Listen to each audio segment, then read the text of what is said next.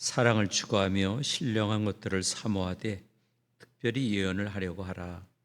방언을 말하는 자는 사람에게 하지 아니하고 하나님께 하나니 이는 알아듣는 자가 없고 영으로 비밀을 말함이라.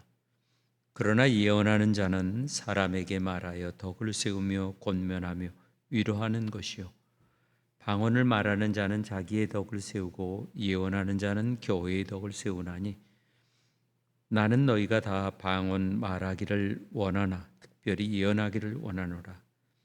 만일 방언을 말하는 자가 통역하여 교회의 덕을 세우지 아니하면 예언하는 자만 못하니라. 24절. 그러나 다 예언을 하면 믿지 아니하는 자들이나 알지 못하는 자들이 들어와서 모든 사람에게 책망을 들으며 모든 사람에게 판단을 받고 그 마음에 숨은 일들이 드러나게 되므로 엎드려 하나님께 경배하며 하나님이 참으로 너희 가운데 계시다 전파하리라. 아멘.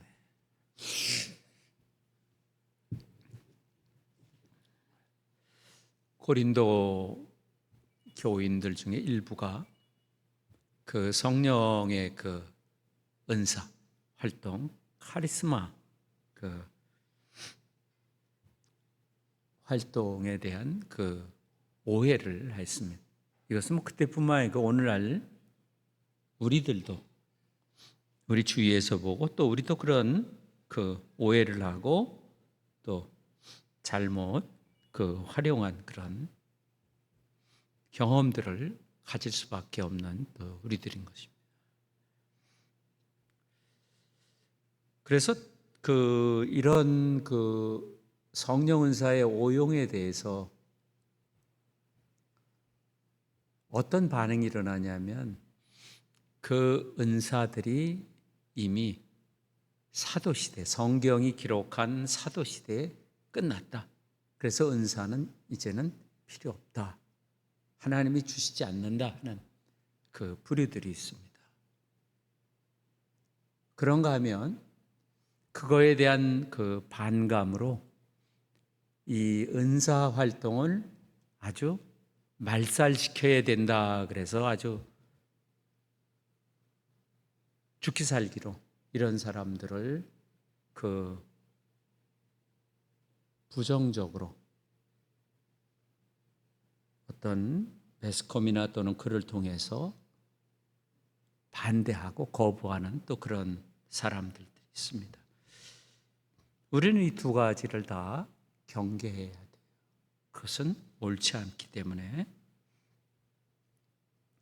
우리는 지금도 성령 하나님이 주권적으로 그분의 결정에 의해서 방언을 포함한 아주 다양한 은사들을 주실 수 있다는 것을 우리는 믿어야 돼요. 인정해야 돼요. 성령의 다양한 은사는 고린도 전서뿐만 아니라 로마서에서도 더 길게 나오고 있습니다. 그래서 우리는 말씀을 따라서 하나님의 그 선물, 은혜의 선물인 은사를 사모해야 합니다. 우리 1절을 같이 한번 읽어보죠. 1절, 14장 1절 시작. 사랑을 추구하며 신령한 것들을 사모하되 특별히 예언을.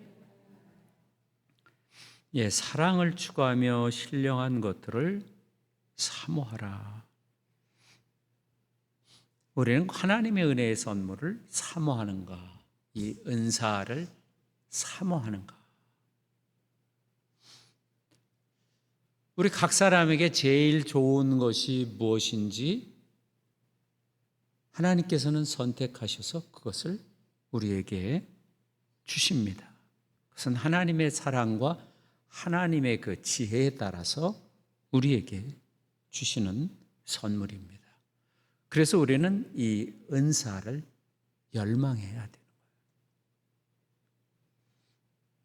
그래서 영적 은사를 위해 애쓰는 것, 사모하는 것은 중요한 것입니다. 그래서 오늘 말씀은 하나님의 선물을 사모하고 그것을 사랑으로 활용하라고 명령하는 것. 이 단어들은 다 명령형입니다. 사랑을 추구하고 그리고서 하나님의 그 선물, 성령의 은사, 카리스마를 사모하라. 성령 하나님께서 스스로 우리에게 주시고자 하는 것을 우리가 마음을 열고 받아들일 수 있도록 우리는 그런 열정과 마음의 준비를 해야 된다는 거죠. 서로를 과시하고 서로 경쟁하는 것이 아니라 사랑으로 교회를 세우기 위해 은사를 구하고 또 사용해야 하는 것입니다. 데살로니가 5장 19절부터 20절은 이 특별히 예언의 은사를 아주 중요하게 강조합니다. 그러면서 신령한 은사를 멸시해서는 안 된다는 그 명령을 합니다. 신령한 은사는 어떤 특별한 사람들이 생각하는 신령한이 아니라 영적인 은사입니다. 즉 성령의 은사. 그래서 예언을 멸시하거나 예언을 경멸하거나 또 예언을 거부하는 그런 태도를 가지지 말라고 경고하는 것입니다. 오늘 본문에는 방언의 은사에 대해서 얘기합니다. 근데 방언의 은사를 비난하지 않는 신중함을 보이고 있어요. 사람들은 방언은 은사 중에 제일 꼬렙이다. 그리고 그것은 필요 없는 것이다. 그렇게 주장을 합니다. 오늘 말씀은 우리가 2절을 같이 한번 보죠. 시작. 방언을 말하지 않은 사람에게 하지 아니하고 하나님께 하나니.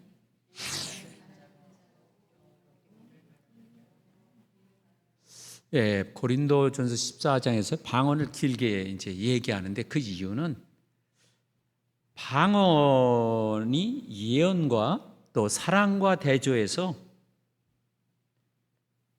방언을 마치 가치가 없는 것처럼 폐기 처분하는 것처럼 그렇게 느껴질 수도 있는데 실은 그렇지 않은 것입니다.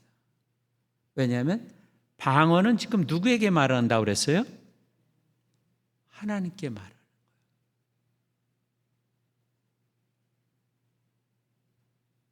하나님께 말하는 거예요. 우리가 찬양하는 걸 누구에게 찬양합니까? 기도를? 예배를 누구에게 해요? 사람에게 하는 게 아니라 하나님께 찬양하잖아요. 그렇지만 이것이 가치가 없거나 또는 필요 없는 것이 아니라 사람들에게는 유익하지 않다 할지라도 하나님을 기쁘시게 하는 게 찬양 아니겠어요? 방언도 마찬가지. 다른 사람을 유익하게는 하진 않지만 하나님을 유익하게 하고 하나님께 영광을 돌리는 거죠. 그렇기 때문에 우리는 이 고린도전서에서 방언은 공적인 예배에서 이 방언으로 자꾸 떠들고 하기 때문에 질서를 무너뜨리는 그러한 경우에 한해서 예언만 못하다고 하는 거지 이것이 필요 없거나 또는 방언이 의미가 없는 그러한 폄하하는 이야기는 아니라는 것을 우리는 잘 이해해야 합니다. 5절에는 이렇게 얘기합니다. 5절 같이 읽어보죠. 나는 너희가 방언 말하기를 원한다. 그러니까 모든 교인들이 방언으로 말할 수 있기를 사도 바울은 바라고 있는 거죠. 결국 하나님은 그렇게 바라고 있는 거예요. 모든 사람이 다 방언으로 말하기를 바라는 거죠. 또 14장 39절을 같이 읽어보죠. 그런즉 내 형제들아 예언하기를 사모하며 방언 말하기를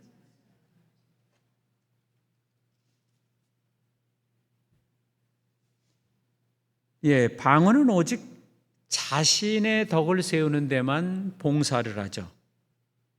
그래서 4절엔 방언을 말하는 자는 자기 덕을 세우고 예언하는 자는 교회의 덕을 세운다. 그러나 자기의 덕을 세우는 것이 나쁜 것은 아니잖아요.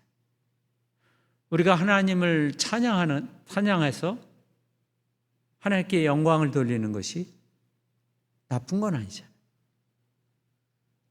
방언과 예언의 그 대조는 각 은사들이 덕을 세우는 그러한 방향에 대한 그 관련되어 있는 거기 때문에 방언도 성령 하나님의 그 훌륭한 은사의 하나다.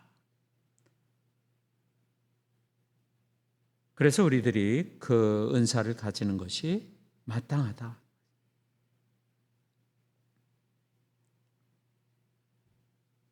그래서 방언 말하는 것을 금하지 말라고 하는 것입니다. 그러면 방언으로 많이 기도하시기를 바랍니다. 두 번째로는 그럼 이 은사들은 왜 주어지는가? 고린도서 12장 7절에 좀 광범위하게 표현하고 있는데 같이 읽어보죠. 각 사람에게 성령을 나타내심은 유익하게 하려 하십니다. 그 12장 7절에 4절에서 7절 보시면 그 은사에 대한 내용인데 전체가 다 그렇지만 각 사람에게 성령을 하나님께서 보이지 않는 성령을 사람들이 볼 수 있도록 나타내 보이시는 것은 전체의 유익, 공동체 전체를 유익하게 하려는 하나님의 그 목적과 계획이 있다는 거죠. 그래서 교회에서는 교회 안에 여러 그 가지 능력을 교인들이 하나님으로부터 받게 되는 것입니다.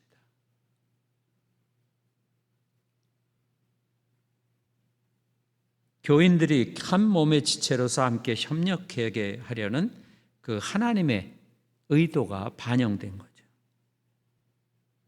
그래서 모든 은사들이 다 유익한 것이다. 교회 전체를 유익하게 하는 그러한 그 은사들이다.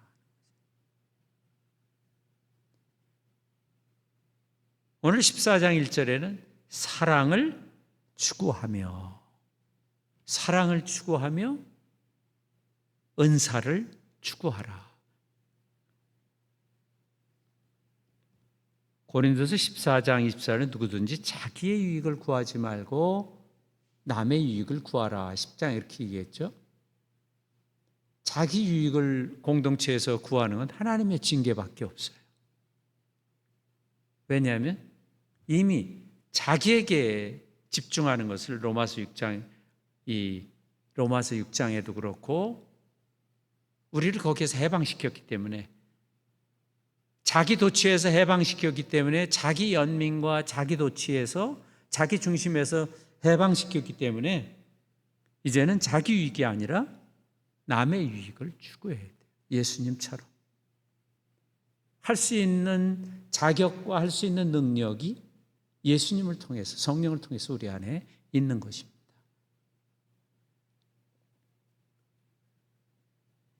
그래서 교회의 덕을 세우게 되는 거죠. 은사들은. 특별히 예언의 은사는 교회의 덕, 교회를 세우는데 유익한 것이다. 3절 같이 한번 읽어보죠. 그러나 예언하는 자는 사람에게 말하여 덕을 세우며 권면하며 위로하며. 그럼 방언하는 자는 누구에게 말해요? 2절을 같이 한번 읽어보죠. 시작. 방언을 말하는 자는 사람에게 하지 아니하고 하나님께 하나니 이는 예, 방언은 하나님께 얘기하는 거예요. 영으로. 비밀을 얘기하는 거예요. 다른 사람이 알 수도 없는 거예요. 본인도 잘 모를 수도 있어요. 그러니까 참 비밀인 거죠. 근데 유익한 거예요. 자기에게는. 자기가 지성으로 다 이해를 못해도 자기 안에 유익하게 하는 거예요. 하나님께서. 그러나 예언은 말하는 거예요. 누구에게 말해요? 사람에게 말하는 거예요. 사람에게 말하여 덕을 세우고 권면하고 위로하는 것이다. 그래서 예언의 말씀은 다른 사람을 세우고 격려하고 위로하는 것입니다.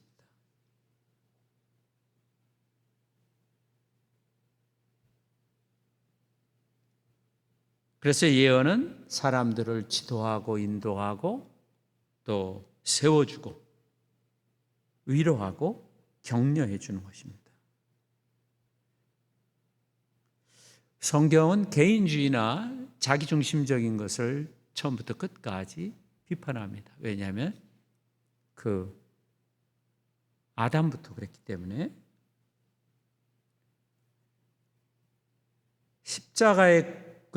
십자가에 못 박히신 그리스도 위에 믿음을 가지고 십자가에 못 박히신 그분이 우리에게 주시는 그 성령의 그 은사들은 다 다른 사람의 덕을 세우는 것입니다. 사랑으로 행하는 거예요. 그래서 사랑으로 행하는 그 은사가 다른 사람들에게 영원한 영향을 끼치게 되는 거예요. 그래서 마지막 날 천국에서의 삶에서 명백하게 드러나는 거죠. 사랑했느냐 사랑하지 않았느냐가 결정되는 거예요.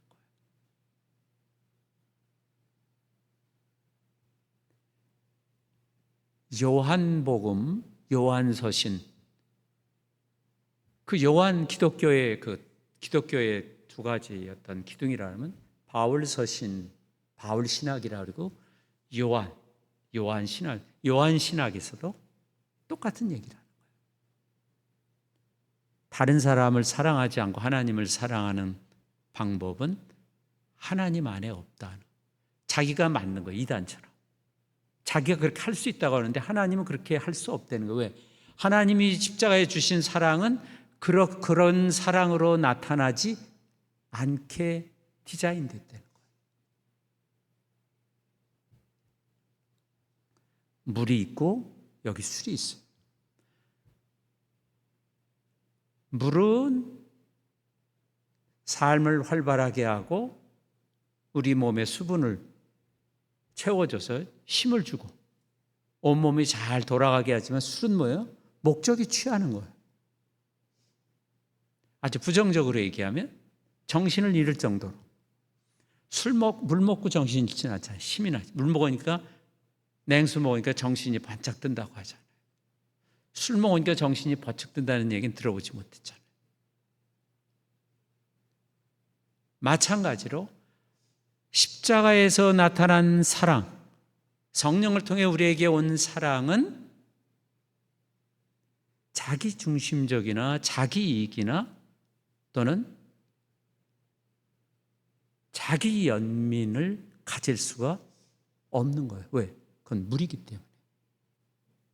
술은 자기 연민을 가질 수밖에 없죠. 불가능한 거예요. 그래서 요한 사도는 이단이 누구냐? 하나님의 사랑을 받고 하나님을 알고 있고 내가 하나님의 그 사랑을 받았다고 하면서 다른 교인을 사랑하지 않는 자가 뭐예요? 대적자들이에요. 적그리스도래요. 그렇게 될 수가 없는데 그렇게 주장하게, 이단은 이상한 교리를, 예수님이 주장한 것이 아니라 자기가 주장한 거 아니에요.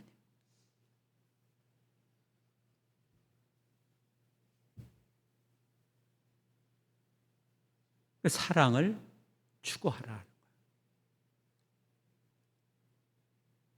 그러면서 특별히 마지막으로 예언의 말씀을 하는 그 은사를 사모하라고 명령합니다. 1절 같이 한번 읽어보죠. 시작. 사랑을 추구하며 신령한 것을 사모하되 특별히 예언을. 신령한 것들, 많은 은사들을 사모해. 그 중에서 예언을 하려고 하라. 5절 같이 읽어보죠. 시작.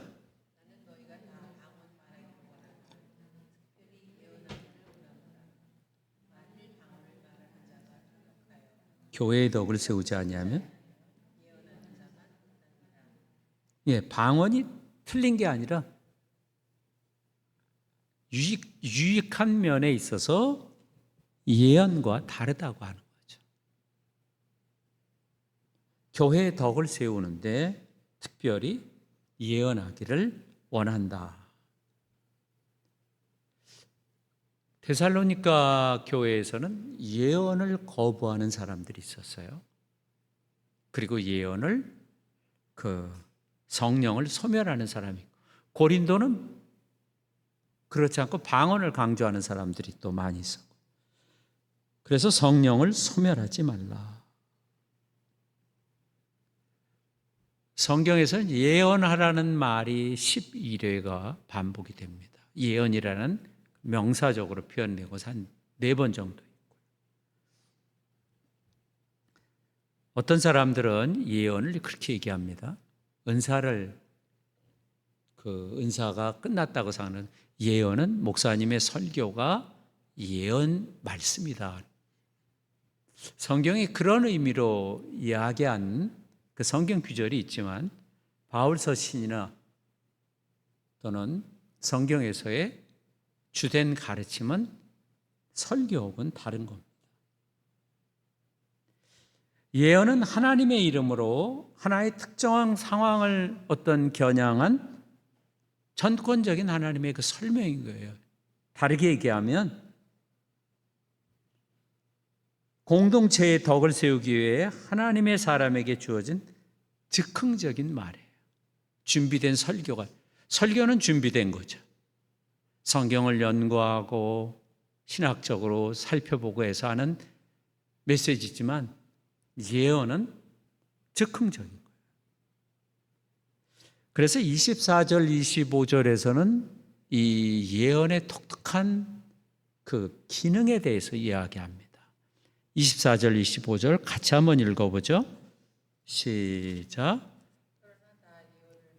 믿지 아니하는 자들이나 알지 못하는 자들이 들어와서 모든 사람에게 책망을 들으며 모든 사람에게 그 마음의 숨은 일들이 드러나게 되므로 엎드려 하나님께 경배하며 하나님이 참으로 너희 가운데 계신 전파하리라.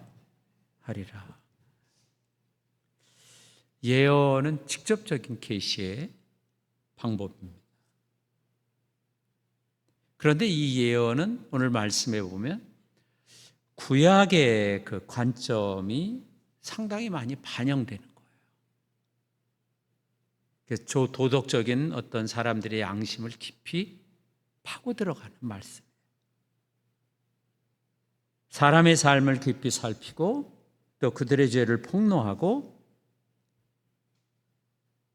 그들이 살아계신 하나님 앞에 판단받게 하는 거예요. 그 기능을 하는 거죠. 그래서 오늘 말씀은 책망을 들으며, 우리 아까 고린도전서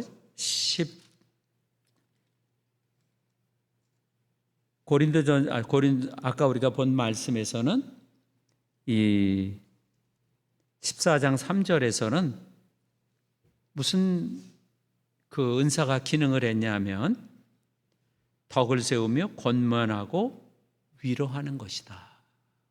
그렇죠? 그러나 24절, 25절은 뭐예요? 구약의 예언자들의 예언 앞에 사람들이 서서 벌벌 떨고 엎드리는 것처럼 그러한 구약의 어떤 관점이 많이 반영된 기능을 얘기합니다.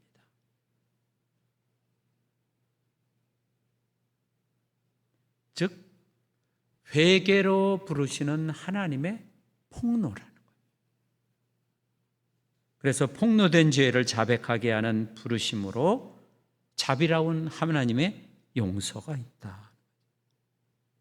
25절은 그들의 마음에 숨은 것들이 드러나게 된다는 거죠. 여기에서의 강조점은 하나님의 말씀이 계시적인 그런 말씀이라는 거죠. 아무도 그 비밀을 알 수가 없잖아요. 사람이 사람의 비밀을 어떻게 알아요?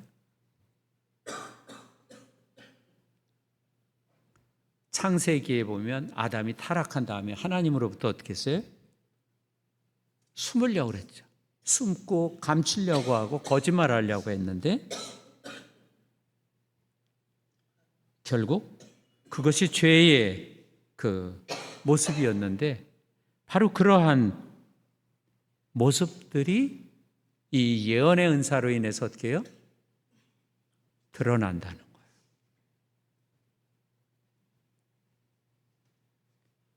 그래서 하나님은 이 죄를 드러내서 무슨 어떤 그 공개 처형처럼 누구를 비난하거나 비판하거나 누구를 망신 주기 위해서가 아니라 하나님의 용서하심의 사랑이 얼마나 큰지를 경험하게 하는 거예요.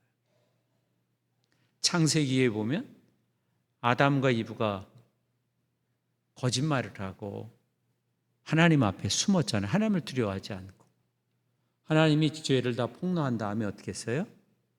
옷을 입히고 그 죄를 감싸주시잖아요. 용서하신 거예요. 바로 예언의 기능이 바로 하나님의 그러한 죄의 폭로와 죄를 용서하시는 하나님을 경험시키는 겁니다.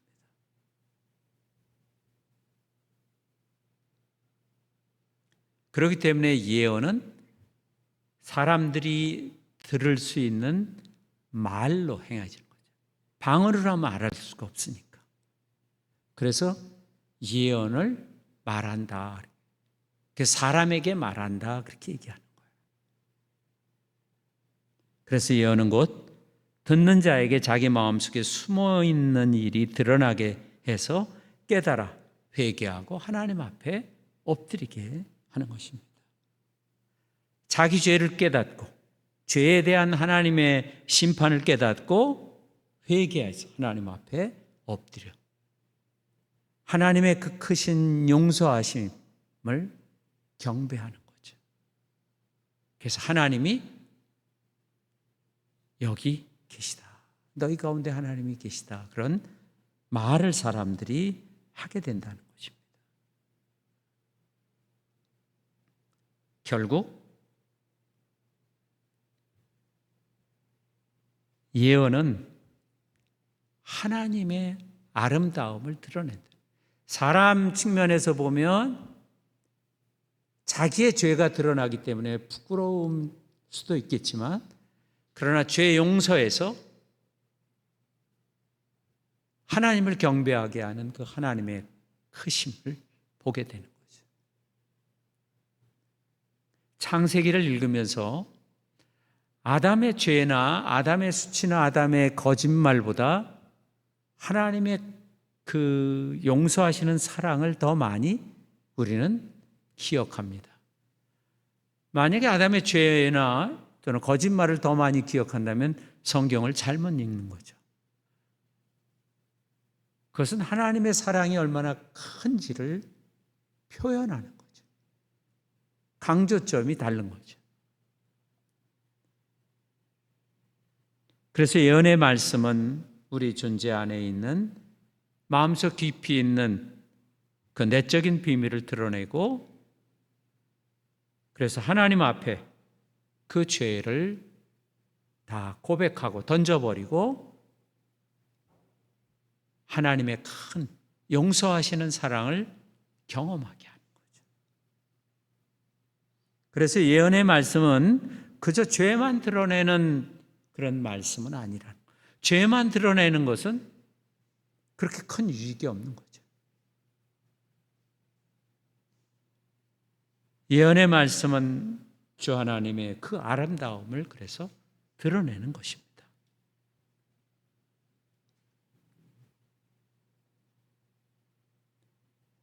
그래서 오늘 말씀은 사랑을 추구하라. 사랑을 먼저 추구하고 그 은사들을 열망하라고 명령하는 겁니다. 성령의 은사를 위해서 열심히 기도하십시오. 성령님을 또 환영하고 이미 받은 하나님의 그 선물, 은사들을 사랑으로 잘 활용하십시오. 고린도전서 14장 39절 같이 한번 읽어보죠. 14장 39절 시작. 그런즉 내 형제들아 예언하기를 사모하며 방언 말하기를 금하지 말라. 데살로니가서 5장 19, 20절은 성령을 소멸하지 말며 예언을 멸시하지 말라. 하나님의 명령입니다. 기도하죠. 들은 말씀을 붙들고 같이 기도합니다.